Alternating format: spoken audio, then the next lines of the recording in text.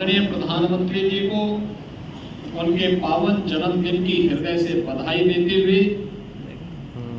उत्तर प्रदेश और देश के लिए उन्होंने अभी जो संदेश दिया है उस संदेश को उत्तर प्रदेश पूरी प्रतिबद्धता से लागू करेगा। इस विश्वास के साथ आज स्वस्थ नारी सशक्त परिवार कार्यक्रम में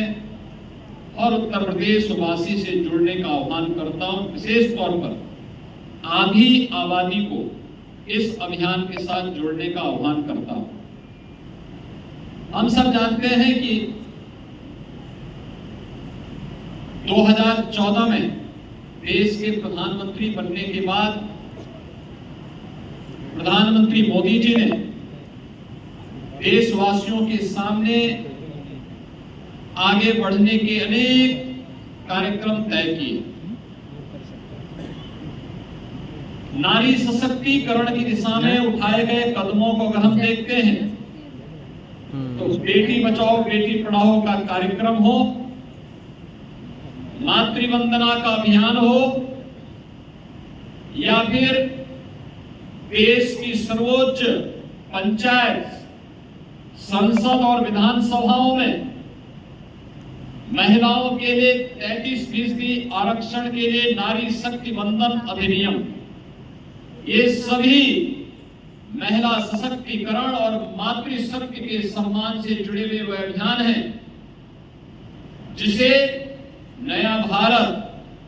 पूरे मनोयोग से स्वागत करता है और उनका अभिनंदन करता है। आदरणीय प्रधानमंत्री जी की इस प्रेरणा से उत्तर प्रदेश सरकार ने पिछले 8 वर्ष के अंदर इस दिशा में अनेक कदम बढ़ाए। खासतौर पर बेटी की निःशुल्क शिक्षा की व्यवस्था हो, या फिर मुख्यमंत्री कन्या सुमंगला योजना, जो अलग अलग चरणों में बेटी को जन्म लेने से लेकर के बेटी को स्नातक तक की शिक्षा के लिए 25,000 रुपए के पैकेज की व्यवस्था प्रदान करता है। मुख्यमंत्री सामूहिक विवाह योजना के माध्यम से हर बेटी की शादी में मुख्यमंत्री सामूहिक विवाह योजना में 1 लाख रुपए की सहायता राज्य सरकार के द्वारा उपलब्ध करवाने का कार्यक्रम है। या फिर प्रदेश के स्तर पर चलने वाले वे सभी अभियान जो आज नारी शक्ति को सशक्तिकरण की ओर आगे बढ़ाने में अपना योगदान दे रहे हैं। और उसी क्रम में प्रधानमंत्री जी ने आज अपने पावन जन्मदिन पर देशवासियों को स्वस्थ नारी सशक्त परिवार के जिस अभियान के साथ जोड़ा है, उस अभियान का शुभारंभ आज हम लोगों ने लखनऊ में, और मुझे बताते हुए प्रसन्नता है, ये अभियान स्वास्थ्य शिविर के माध्यम से महिला संबंधी जो विभिन्न प्रकार के स्वास्थ्य संबंधी समस्याएं होती हैं, उन सब के अभियान को पूरे प्रदेश भर में एक साथ 20,324 शिविरों के माध्यम से यह कार्यक्रम स्वास्थ्य विभाग के द्वारा संचालित है, जिनमें रक्त की जांच, ब्लड प्रेशर, डायबिटीज की जांच, ओरल कैंसर, स्तन कैंसर, सर्वाइकल कैंसर, एनीमिया की जांच, उच्च जोखिम वाली महिलाओं के लिए ट्यूबरक्लोसिस की जांच, गर्भवती महिलाओं की प्रसव पूर्व देखभाल एवं परामर्श, बच्चों के टीकाकरण के अलावा विभिन्न स्वास्थ्य संबंधी जागरूकता का यह पखवाड़ा कार्यक्रम आज से प्रारंभ हुआ है। और यह न केवल स्वस्थ नारी की जांच से जुड़ा हुआ अभियान है, बल्कि परामर्श से जुड़ा हुआ अभियान है, बल्कि उनके निःशुल्क उपचार का अभियान इसके साथ ही इस 15 दिन के विशेष अभियान के साथ जुड़ रहा है। जहां एक ओर यह कार्यक्रम स्वास्थ्य विभाग के द्वारा संचालित है, तो वहीं दूसरी ओर प्रदेश भर की 1,89,000 आंगनबाड़ी केंद्रों में भी आज यह कार्यक्रम नारी जागरूकता के अभियान के साथ आंगनबाड़ी केंद्रों में भी इस अभियान को जोड़ने का कार्यक्रम किया गया है। इसके माध्यम से आज युवा शक्ति के द्वारा पेशेवर रक्तदाताओं को प्रोत्साहित करने और रक्तदान के प्रति प्रोत्साहित करने के लिए 507 स्थानों पर रक्तदान शिविर के भी बृहद आयोजित किए जा रहे हैं। ये सभी कार्यक्रम इसलिए किए जा रहे हैं जिससे प्रत्येक नागरिक के जीवन में व्यापक परिवर्तन किया जा सके। मुझे बताते हुए प्रसन्नता है कि आज उत्तर प्रदेश के अंदर ग्रामीण क्षेत्र में महिला स्वयंसेवी समूहों की संख्या 10 लाख है, जिनके माध्यम से लगभग 1 करोड़ बहनें महिला स्वयंसेवी समूह के अभियान के साथ जुड़ करके आत्मनिर्भर उत्तर प्रदेश के लक्ष्य को आगे बढ़ाने में अपना योगदान दे रही है। नगरीय क्षेत्रों में भी लगभग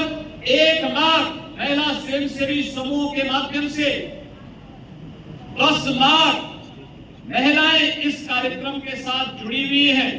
जो नगरीय क्षेत्रों में भी आत्मनिर्भरता और व्यापक जन जागरण की विराट कार्यक्रम को आगे बढ़ाने का काम कर रहे हैं। आंगनबाड़ी केंद्रों के माध्यम से पोषाहार का जो अभियान हम लोग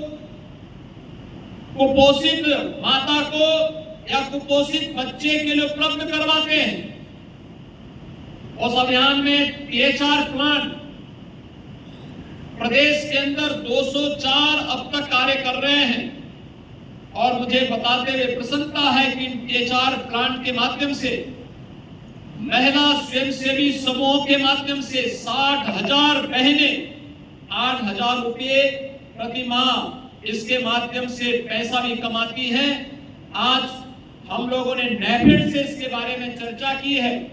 इन THR प्लांट को और बड़े पैमाने पर आगे बढ़ाने और आंगनबाड़ी केंद्रों की उन महिला स्वयंसेवी समूह के माध्यम से जो रेसिपी तैयार किया जाए और न केवल आंगनबाड़ी केंद्रों के माध्यम से आगे बढ़ाने का कार्य हो, बल्कि इस अभियान के माध्यम से हम यह सुनिश्चित करेंगे कि जो अतिरिक्त उत्पादन उन THR प्लांट के माध्यम से हो, उन THR प्लांट को